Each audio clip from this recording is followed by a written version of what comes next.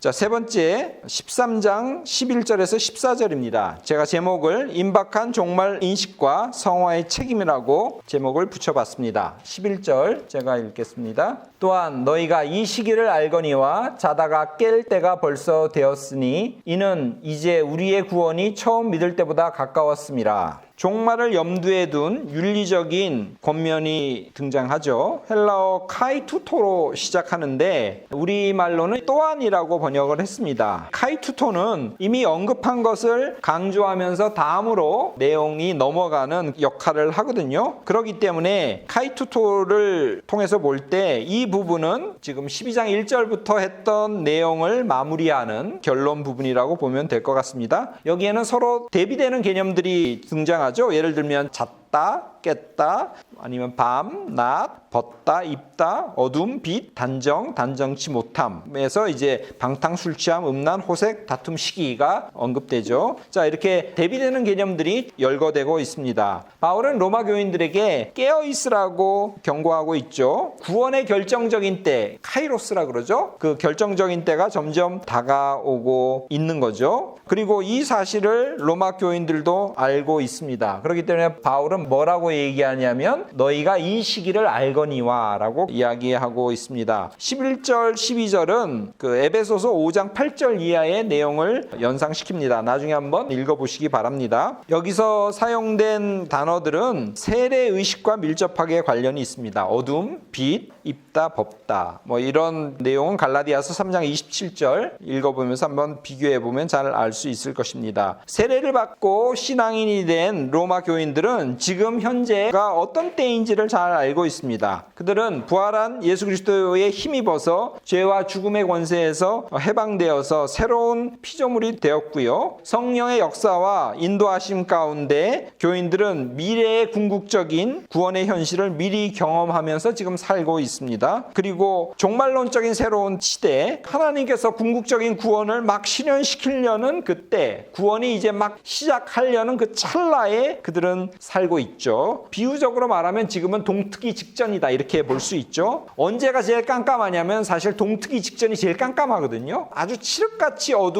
어두움이 세상을 지배하고 있지만 곧 동쪽에서 해가 떠오르는 그 아주 결정적인 중요한 때입니다. 그렇기 때문에 지금 우리는 뭐 해야 된다? 깨어 있어야 된다고 바울은 이야기를 하는 것이죠. 세례를 받고 처음 믿었던 때부터 계산하면 지금 많은 시간이 지났죠. 이제 우리의 구원이 처음 믿었을 때보다 가까움이라 바울은 이렇게 설명을 합니다. 구원의 결정적인 때가 그래서 더욱더 가까이 우리 앞에 다가와 있습니다. 그렇기 때문에 우리는 정신을 바짝 차려야 된다는 것이죠. 그리스도를 믿음으로 교인들은 의롭게 되었고 이미 구원의 현실 가운데 살고 있지만 그러나 궁극적인 구원은 아직 우리 앞에 있어요. 미래에 있죠. 바울은 이 구원의 현실을 깨어서 곧 경험하게 될 것이라고 이야기하고 있죠. 12절입니다. 밤이 깊고 낮이 가까웠으니 그러므로 우리가 어둠의 일을 벗고 빛의 갑옷을 입자. 경각심을 붙돋는 호소 깨어 있어라에 이어서 낮이 가까웠다고 하는 발언을 합니다. 밤이 깊으면 깊을수록 동터오는 아침이 점점 더 다가오죠. 밤이 깊다고 할 때 이 깊다라고 하는 헬라어 단어 프로에콥세는 기본적으로는 나아간다는 뜻이 있습니다. 그리고 이곳에서는 문맥상 거의 다 지나갔다, 거의 다 끝났다는 의미로 이해하면 될 것 같아요. 밝아오는 새날은 사람들에게 희망을 주죠. 낮에는 사람들이 잠옷을 입지 않죠. 낮이 밝아오기 때문에 이제는 어둠의 일을 벗고 빛의 갑옷을 입어야 된다고 이야기를 합니다. 이 낮과 밤의 대비는 종말론적인 텍스트에서 잘 나와요. 데살로니가전서 5장 5절에서 7절 한번 읽어보시기 바랍니다. 입는다고 하는 것은 세례와 관련된 표현이에요. 갈라디아서 3장 27절 관련 구절입니다. 세례받은 자는 이제 불의의 무기가 아니라 의의 무기로 살아간다고 6장 13절에서 바울은 말한 바가 있거든요. 그래서 바울은 여기서도 어둠의 일을 벗고 빛의 갑옷을 입자고 이야기를 합니다. 어둠과 빛의 이원론적인 대조는 유대 문헌에서도 잘 나와요. 특별히 쿰란 문서에서 굉장히 많이 나옵니다. 어둠의 일과 빛의 갑옷이 서로 대비되어 있잖아요. 근데 사실은 정확하게 이게 잘 등가적으로 대비된 개념이 아니죠. 일과 갑옷이라는 말이 사실은 반대말이 아니지 않습니까? 근데 이 갑옷이 호플라거든요. 6장 13절에서는 이 호플라를 무기로 무기로 번역을 했어요. 그렇기 때문에 어둠의 일과 빛의 무기, 그렇게 본다면 이 두 어둠의 일과 빛의 갑옷이라는 이 대비가 전혀 생뚱맞는 대비는 아니다라고 볼 수 있을 것 같아요. 호플라, 무기라고 6장 13절에서 썼다는 것에 초점을 맞춘다면 여기서 말하는 빛의 갑옷은 다름 아닌 의의 무기라고 볼 수 있죠. 어둠의 일과 의의 무기, 이것을 서로 대비시켰다고 보면 될 것 같습니다. 어둠의 일이라는 것은 13절에 나오는 6가지 악행을 의미합니다. 13절 가서 그것은 설명하겠습니다. 빛의 갑옷은 입는다는 측면에서 보면 그리스도를 의미할 수도 있어요. 왜냐하면 14절에 그리스도로 옷 입고 이렇게 표현했기 때문에 그렇습니다. 낮에 속한 자는 믿음과 사랑의 호심경, 이 심장을 보호하는 방패죠. 그리고 구원의 소망에 투구를 쓴다고 데살로니가전서 5장 8절에서 이야기하고 있습니다. 여기서 호심경과 투구는 보호용 장비죠. 이 구절을 밤과 낮, 어둠, 빛의 구문에 대비하면 낮이 가까웠으니 빛의 갑옷을 입자는 말이 성립됩니다. 참고로 에베소서 6장 11절에 보면 하나님의 전신갑주를 입으라 라고 바울이 우리에게 권면하고 있습니다. 13절입니다. 낮에와 같이 단정히 행하고 방탕하거나 술 취하지 말고 음란하거나 호색하지 말며 다투거나 시기하지 말고. 앞에서 얘기했던 6가지 악행이 지금 나옵니다. 13절에서 중요한 개념은 낮이죠. 지금 낮이 되었다는 거예요. 그렇기 때문에 이런 6가지 악행은 해서는 안 된다는 거죠. 낮이 되었으니까 낮에 걸맞게 살아야 된다. 지금 때가 어느 때인지를 분간하라라는 권면입니다. 빛의 자녀들은 낮에 속한 자들답게 행동해야 되죠. 어둠에 속한 것들을 벗어버리고 빛에 속한 것을 입어야 합니다. 새로운 피조물로서 이웃과 함께 사는 기독교인이지 않습니까? 그래서 이제 시민된 자로서 바람직한 모습, 즉 단정히 행해야 된다고 바울은 이야기하죠. 그리고 피해야 될 목록들을 제시합니다. 단정히 행하고는 데살로니가전서 4장 12절에도 나옵니다. 이 행동은 사회 구성원으로서, 그러니까 시민으로서의 자질과 관련이 깊은 말입니다. 그리고 좀 더 설명하면 존경받을 만하고 성실하고 예의 바른 태도, 이것을 한마디로 단정히 행하고 라는 말로 바울은 설명하고 있습니다. 그 외에 방탕, 술 취함, 음란, 호색, 다툼, 시기는 주로 로마의 그 선술집이나 축제 때나 향연 때 일어났던 보기 안 좋은 모습들, 이것을 묘사해 놓은 내용들이고 그때 흔히 발생했던 죄악들입니다. 바울은 이러한 사회상을 반영하면서 우리 기독교인들은 이러한